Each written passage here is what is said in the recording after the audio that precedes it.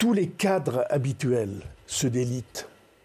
Et peut-être on peut aller plus loin. Nous sommes une planète dans laquelle tous les cadres habituels se délitent.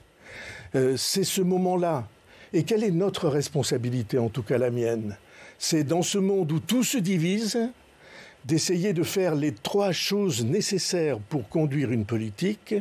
La première de ces choses, c'est stabiliser. La deuxième, c'est remettre de l'ordre. Et la troisième, c'est aller de l'avant. Parce qu'on ne peut pas se contenter de calmer les choses, il faut traiter les questions. Vous avez évoqué à très juste titre les questions budgétaires. Justement, c'est votre prochain défi, Monsieur le Premier ministre. Non, ce n'est pas le prochain. J'en ai un entre-temps. Alors, je vais vous... Vous allez encore en... Allez-y. Je vais vous l'expliquer, puisque vous m'interrogez sur ce sujet. Non, on arrivera au budget après, oui, mais vous avez un défi avant le budget. Oui, nous allons donc... mais le budget, vous voyez bien, c'est le cadre de tout ça. Comment est-ce qu'on peut laisser un pays comme le nôtre, une nation comme la nôtre, une histoire comme la nôtre, livrée au surendettement ? Tous ceux qui nous écoutent, ils savent très bien ce qu'est le surendettement pour une famille. Courir après un nouveau crédit. C'est que ça fait partie, s'attaquer à l'endettement, c'est le budget de l'année prochaine, c'est effectivement votre prochain défi. Est-ce que les 40 milliards d'euros d'économie, c'est un point de départ pour discuter ou c'est le point d'arrivée ? C'est un point nécessaire. Mais peut-être, c'est pas précis comme réponse. Il faut expliquer, mais je vous répondrai sur le nouveau défi aussi. Non, mais est-ce que ça reste votre objectif, 40 milliards d'économies pour le budget 2023 ? Mon objectif est très précis.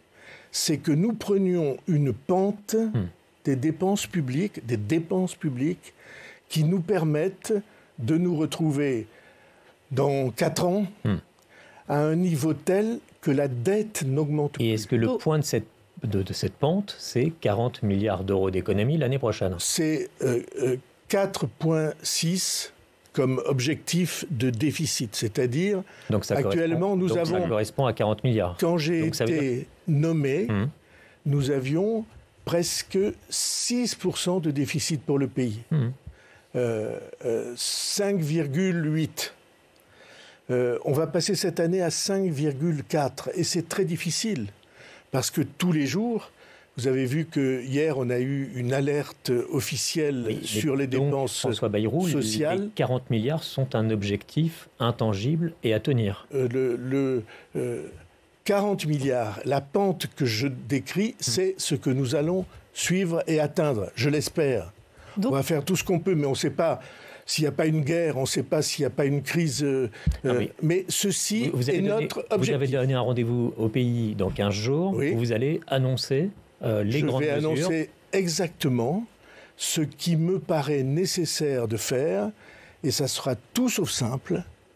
Et je dis qu'il y a un critère, c'est que tout le monde participe. Alors justement, sur la méthode, tout le monde participe. Monsieur le Premier ministre. Mais vous me permettrez de dire que Olivier Bost m'a gentiment invité à ignorer l'étape que je voulais décrire maintenant, mais je vais la décrire cependant. Nous avons un rendez-vous mardi, très important, à Chartres, où je réunis tous les préfets pour une refondation de l'État dans sa vie locale. Il y a, comme vous savez, de très grands désordres dans l'expression de l'État.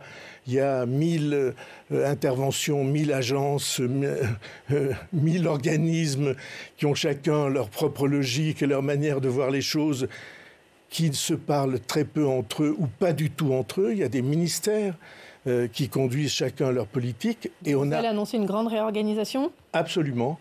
Et on a un très grand besoin de remettre de l'ordre dans tout ça. Et pour cela, les préfets de département que je rencontrerai à Chartres mardi matin, vont devenir les fédérateurs et les coordinateurs de toute l'action de l'État. Parce qu'on a besoin de mettre de la cohérence dans tout ça, on a besoin de faire des économies, On a besoin de mieux utiliser l'argent public, car je ne crois pas que faire des économies, ça veuille dire qu'on ne fasse plus rien. C'est une vision quand même à moyen terme. Non, c'est... Pour avoir des économies, pour produire des effets. Avant, il y a des choix douloureux à faire pour le budget. On parle notamment d'une année zéro augmentation pour la plupart des budgets, des retraites, des minima sociaux, du barème des impôts. Est-ce que ça va être votre choix ? Nous parlerons de ça autour du 14 juillet.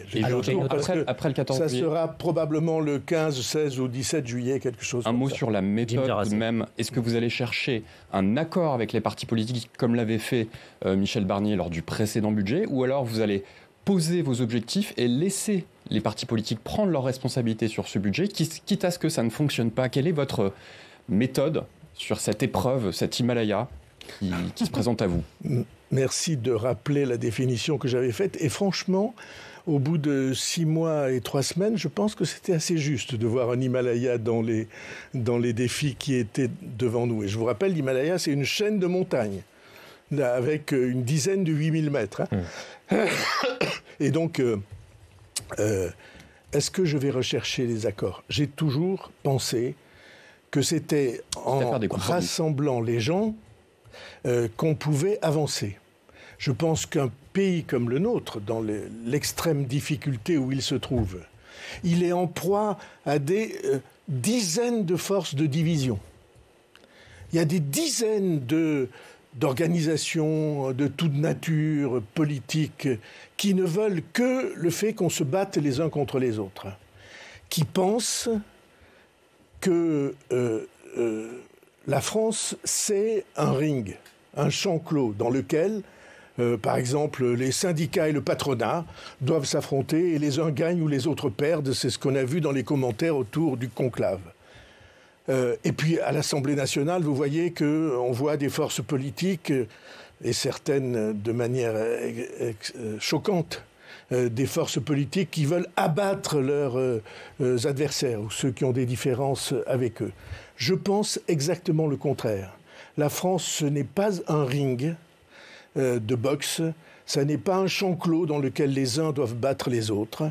La France, c'est un bateau dans lequel nous sommes tous embarqués. François Bayrou. Et nous y arriverons ensemble ou nous coulerons ensemble. Et la division, je dis cela avec l'engagement de toute une vie, la division, c'est le plus sûr moyen de couler tous ensemble. Et c'est pourquoi je plaide, pas depuis aujourd'hui, mais depuis les premiers pas que j'ai faits dans la vie publique, je plaide pour la réconciliation et pour la mobilisation des énergies, pour les gens qui se rassemblent plutôt que les gens qui se divisent et qui se séparent. Après.